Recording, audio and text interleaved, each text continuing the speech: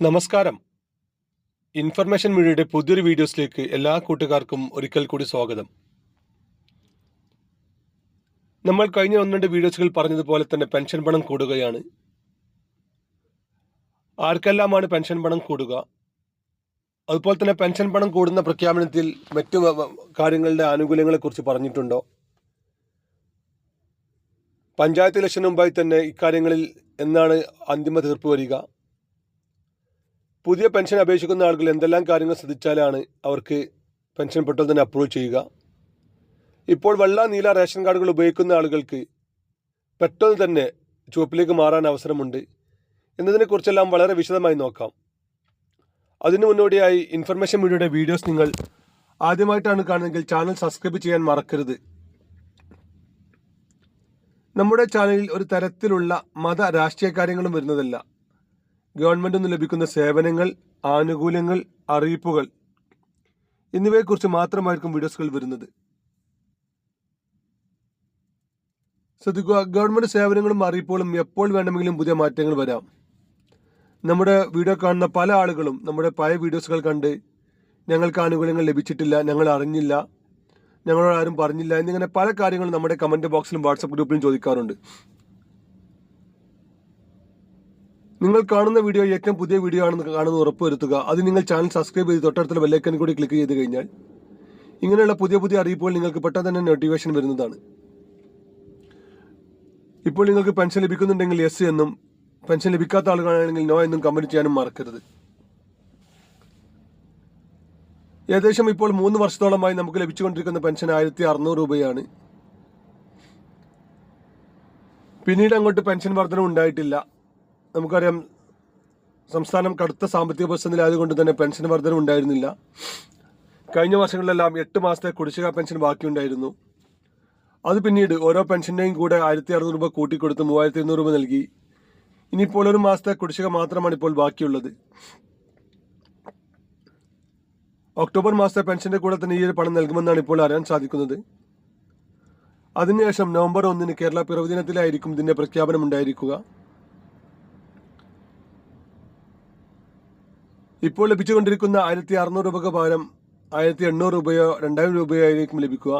200 രൂപയുടെയോ 400 രൂപയുടെയോ വർധനവ് ഇതിൽ കാണാം. നമുക്കറിയാം, ഡിസംബർ തുടക്കത്തിലായിരിക്കും പഞ്ചായത്ത് ഇലക്ഷൻ നടക്കുക. ഫെബ്രുവരി മാർച്ച് മാസത്തിൽ നിയമസഭാ ഇലക്ഷൻ കൂടി നടക്കുന്നത് കൊണ്ട് തന്നെ മാക്സിമം ആളുകളിലേക്ക് ഇങ്ങനെയുള്ള ആനുകൂല്യങ്ങൾ എത്തിച്ച് ഇലക്ഷൻ നേരിടാനാണ് ഇപ്പോൾ സർക്കാർ ആലോചിക്കുന്നത്. നമുക്കറിയാം, കൊറോണ സമയത്ത് സർക്കാർ എല്ലാ വീടുകൾക്കും കിറ്റ് നൽകിയിരുന്നു. ഓരോ റേഷൻ കാർഡ് ഉടമകൾക്കും ഒന്ന് കിറ്റ് നൽകിയത് കൊണ്ട് തന്നെയാണ് അടുത്ത പ്രാവശ്യവും ഈ ഒരു സർക്കാർ നിലവിൽ വന്നത്. അതുപോലെ തന്നെയാണ് ഇപ്പോൾ പഞ്ചായത്ത് ഇലക്ഷൻ്റെ കാര്യത്തിലും അവർ നൽകുന്ന കാര്യം. കിറ്റിന് പകരം പെൻഷൻ ലഭിച്ചുകൊണ്ടിരിക്കുന്ന എല്ലാ ആളുകൾക്കും പെൻഷൻ വർധന വരുത്തുക, കുടിശ്ശികയുള്ള പെൻഷൻ കൊടുത്തു തീർക്കുക, മറ്റു ചില ആനുകൂല്യങ്ങൾ കൂടി അതിൽ കൂടെ വരുമെന്നാണ് ഇപ്പോൾ അറിയുന്നത്. ഏതായാലും പ്രഖ്യാപനം നവംബർ 1 ഉണ്ടായിരിക്കും. കേരള പിറവി ദിനത്തിലായിരിക്കും ഇതിൻ്റെ ഒരു പ്രഖ്യാപനം ഉണ്ടായിരിക്കും എന്നാണ് ഇപ്പോൾ അറിയുന്നത്. അതുപോലെ തന്നെ ഇപ്പോൾ പുതിയ പെൻഷൻ അപേക്ഷിക്കുന്ന ആളുകൾക്കും പെട്ടെന്ന് തന്നെ അത് അപ്രൂവ് ചെയ്യുകയുണ്ട്. നമ്മൾ മുകളിൽ പറഞ്ഞതുപോലെ തന്നെ പഞ്ചായത്ത് ഇലക്ഷന് മുമ്പായി തന്നെ കൊടുത്ത പെൻഷൻ അപേക്ഷകൾ മുഴുവൻ തീർപ്പാക്കി പുതിയ ഇലക്ഷൻ നേരിടാനാണ് ഇപ്പോൾ സർക്കാർ ആലോചിക്കുന്നത്. അതുകൊണ്ട് തന്നെ കഴിഞ്ഞ വർഷങ്ങളെല്ലാം പെൻഷൻ മുടങ്ങിയ ആളുകൾ, പെൻഷൻ റിജക്റ്റ് ആയ ആളുകൾ, അങ്ങനെ പല ആളുകളുമുണ്ട്. അവർക്കിപ്പോൾ ഒരിക്കൽ കൂടി പെൻഷൻ അപേക്ഷ കൊടുക്കാൻ സാധിക്കും. അതുപോലെ തന്നെയാണ് നമ്മൾ വീഡിയോയുടെ തുടക്കത്തിൽ പറഞ്ഞ റേഷൻ കാർഡിൻ്റെയും അവസ്ഥ. സാധാരണഗതിയിൽ ഒരുപാട് അപേക്ഷകൾ ഉണ്ടാവാറുണ്ട്. പക്ഷേ ഇപ്രാവശ്യം അപേക്ഷകൾ വളരെ കുറവാണ്.